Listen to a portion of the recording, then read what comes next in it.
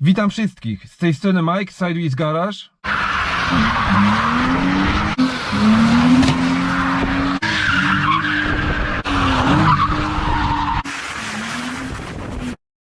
Korzystając z tego, że mam chwilę czasu, postanowiłem nagrać wam krótką aktualizację setupu zawieszenia i skrętów touringu. Zanim przejdę do omówienia samego zawieszenia, chcę wam tylko wspomnieć, że materiał ten nie ma charakteru edukacyjnego, a czysto informacyjny. Chcę wam pokazać ustawienia i części, na których jeździ mi się osobiście najlepiej. Nie mam na celu przedstawienia wam idealnego setupu W36, ponieważ uważam, że nie istnieje coś takiego jak idealny setup. Każdy ma inne preferencje, każdy jeździ w innych miejscach i ma inny styl jazdy, więc każdy musi dostosować ustawienia pod swoje potrzeby. Pierwszą zmianą, jaka zaszła w zawieszeniu od czasu nagrywania ostatniego filmu, to zakup zawieszenia na przód ISC wersja Drift. W zakupie pomógł Ryśkowski, dzięki jeszcze raz za pomoc. Gwint ISC miałem wcześniej przetestowany W34 przez jakieś 3 lata, także nie zastanawiałem się długo nad wyborem.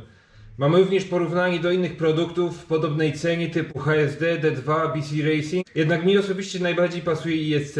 Plusem jest również bezproblemowa dostępność części zamiennych. Do gwintu mam założone sprężyny 10 kg. Zwykle jeżdżę na ustawieniu regulacji twardości szybkości odbicia w granicach 12 kliknięć w skali do 32. Górne mocowania, kambery mam ustawione tak samo jak wcześniej, czyli wysunięte na maksa do tyłu i do zewnątrz. A nawet troszkę więcej niż na maksa, ponieważ mam rozszlifowany kielich i samo mocowanie. Celem takiego ustawienia jest zwiększenie kastera, kąta wychylenia stworzenia zwrotnicy, natomiast samo pochylenie koła, camber, ustawiam za pomocą podkładek pod zwrotnicę. Mam kupione dłuższe śruby o twardości takiej samej jak oryginalne, czyli 10,9. Dodatkowo wydłużyłem bolet w zwrotnicy, który centruje ją na mocowaniach lagi. Natomiast za sam skręt odpowiada przerobiona przeze mnie zwrotnica. Cięta, skrócona i spawana. Ma ona lekko pozytywny Ackerman, jednak w przypadku tego samochodu Ackerman nie jest aż tak ważny. To dlatego, że samochód jest tak ustawiony, że driftując z wciśniętym gazem, koło podążające, inaczej mówiąc ciągnięte, ledwo styka się z ziemią. Nie jest obciążone masą samochodu, gdyż jest ona wtedy przeniesiona na tył pojazdu. Często nawet koło lekko odrywa się od ziemi i samochód driftuje chwilowo na 3 kołach. Tutaj wrzucam wam screeny, abyście mogli zobaczyć, co mam na myśli. Z góry wybaczcie słabą jakość, są one wycięte z filmu.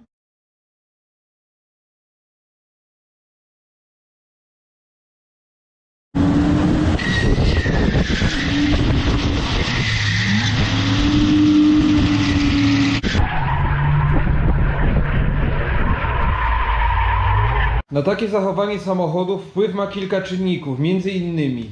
Głównym czynnikiem jest jacking, czyli efekt dźwigania się przedniego zawieszenia wraz ze skręcaniem kół.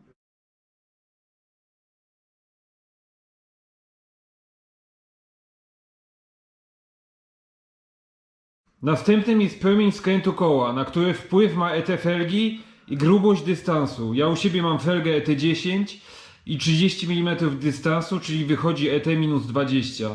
Im koło jest bardziej odsadzone, bardziej na minusie, tym większy jest efekt jackingu przodu. Niektórzy jeżdżą z ET-50, a nawet mniejszym. Kolejnym elementem, który wydaje mi się, że również ma wpływ, jest powiększony caster, czyli zwiększony kąt wychylenia stworzenia zwrotnicy. Stwierdzam tak po tym, jak mając jeszcze E34 testowałem różne ustawienia casteru. Maksymalnie można tam było osiągnąć 11 stopni przy wysunięciu max w tył i do wewnątrz, czyli tutaj mniej więcej. Później schodziłem stopniowo aż do ustawień podobnych jak w Weissfabie, czyli wysunięte mocowanie w przód i do zewnątrz, mniej więcej w tym miejscu. Miałem customowe talerzyki, które pozwalały wsunąć mocowanie jeszcze pod kielich tutaj. Zauważyłem, że wraz ze zmniejszaniem casteru efekt jackingu również się zmniejszał. Stąd wyciągam wniosek, że caster ma również wpływ na efekt jackingu, mniejszy lub większy. Efekt ten, czyli tendencja do dźwigania przodu, unoszenia koła wleczonego, przenosi masę samochodu na tylnie koła. Przez to automatycznie zwiększa trakcję, samochód prowadzi się bardziej tyłem. Zwłaszcza w połączeniu z miękkim tylnym zawieszeniem, trakcyjnymi oponami i większą mocą. U mnie, mimo małej mocy, tył już przysiada podczas wciśnięcia gazu na prostej, a podczas driftu ugina się dość dużo. Co w połączeniu z mocnym efektem jackingu i przenoszeniem masy na tył często objawia się odciążeniem, a nawet lekkim unoszeniem koła przedniego. Takie ustawienie zawieszenia jest typowe od dawna w Japonii i to nie tylko w Giwan, gdzie większość samochodów w cudzysłowie podnosi koło.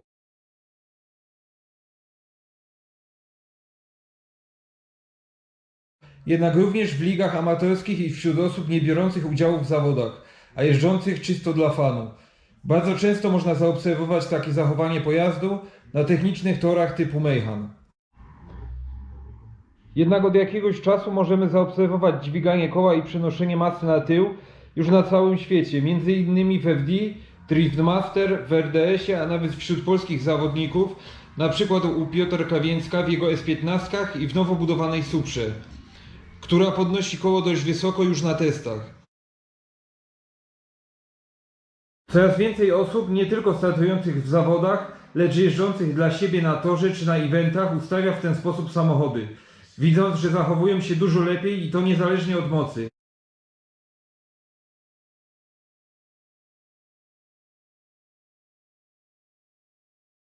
Ja mam E36 ustawione w ten sposób już od około 2 lat. Sam doszedłem do takich ustawień, testując różne możliwe setupy i dochodząc finalnie do takiego, na którym jeździ mi się najlepiej. Jednak jest to czasochłonny proces. Po każdej zmianie trzeba się przejechać i sprawdzić, czy jest lepiej, czy gorzej. Wszystko metodą prób i błędów. Zajmuje to wyjątkowo dużo czasu, ale daje nam wiedzę, której nie zdobędziemy na skróty. Dopiero na początku tego roku Pończak podesłał mi filmik sprzed 3 lat z kanału Drift Crash, gdzie dokładnie taki setup jest opisany i wyjaśniony.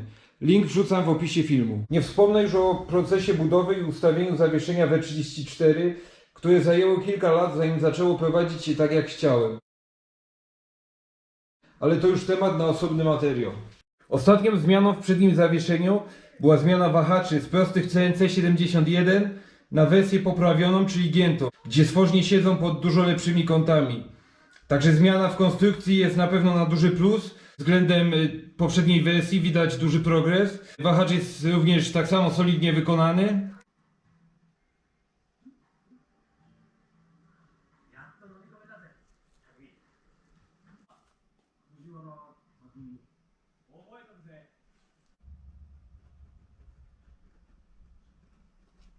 Tutaj podziękowania dla firmy CNC71 za pomoc i szybkie podesłanie wahaczy. Jeszcze raz dziękuję. Dodatkowo mam zrobione i dospawane ograniczniki skrętu. W najlepszym moim zdaniem miejscu dobijają o śrubę zacisku koła prowadzącego. W każdym innym miejscu trzeba brać poprawkę, że na full locku drążki i listwa maglownicy mocno się wygina i trzeba ustawić to z dużym zapasem w takim przypadku. Ograniczniki skrętu, a właściwie pewność, że koło i opona w każdym położeniu i przy pracy zawieszenia o nic nie trze, to bardzo ważny element pozwalający wpadać dużymi kątami.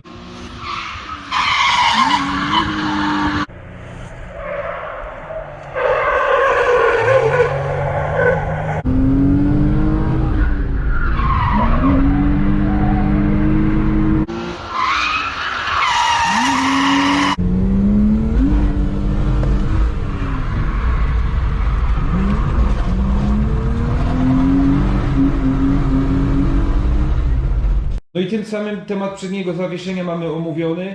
Także teraz jeszcze Wam tylko powiem, jak mam ustawioną zbieżność i przechodzimy do zawieszenia z tyłu. Przednie koła mam ustawione rozbieżnie w 1,5 do 3 mm na stronę, czyli to jest około 10 do 25 minut, łącznie 3 do 6 mm. Tutaj akurat nie ma typowej reguły, ponieważ zarówno na 3 czy na 6 mm jeździ mi się tak samo dobrze.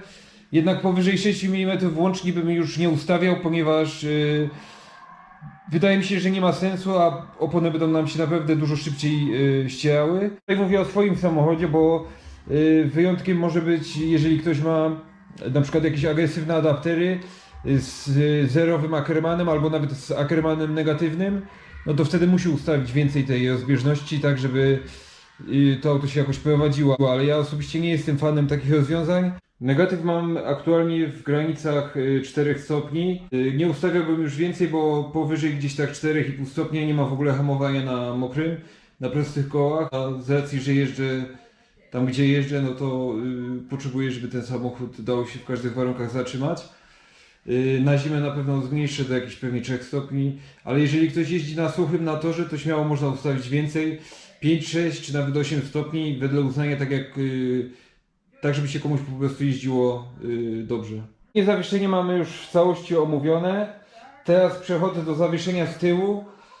Tutaj temat pójdzie dużo szybciej, ponieważ od czasu nagrywania ostatniego filmu nie zaszło tu dużo zmian. Na chwilę obecną mam założone sprężyny ISC z przedniego gwintu, wysokość 180 mm i twardość 6 kg. I do tego mam amortyzatory Komi Sport wersja Short z E30 E36 Compact. Posiadają regulację twardości, prędkości odbicia w sporym zakresie. I tak jak wspominałem, omawiając przednie zawieszenie, ten tył dość mocno przysiada, mocno pracuje. Zależało mi właśnie na tym, żeby był w miarę miękki. A co do samych ustawień, to nic się nie zmieniło w porównaniu z poprzednim filmem. Nadal mam po milimetrze na stronę, czyli niecałe 10 minut zbieżnie. I pochylenie koła mam ustawione na około 3 stopnie. To by było na tyle. Mam nadzieję, że nie zanudziłem Was taką ilością gadania. Jeżeli materiał Ci się podobał, a jesteś nowy na kanale, to zachęcam do subskrypcji. Na pewno mnie to zmotywuje do nagrywania większej ilości takich filmów, niekoniecznie tylko z jazdy. Zapraszam również na mojego Instagrama, link będzie w opisie filmu. Dziękuję za obejrzenie materiału do końca, pozdrawiam i do następnego. Trzymajcie się.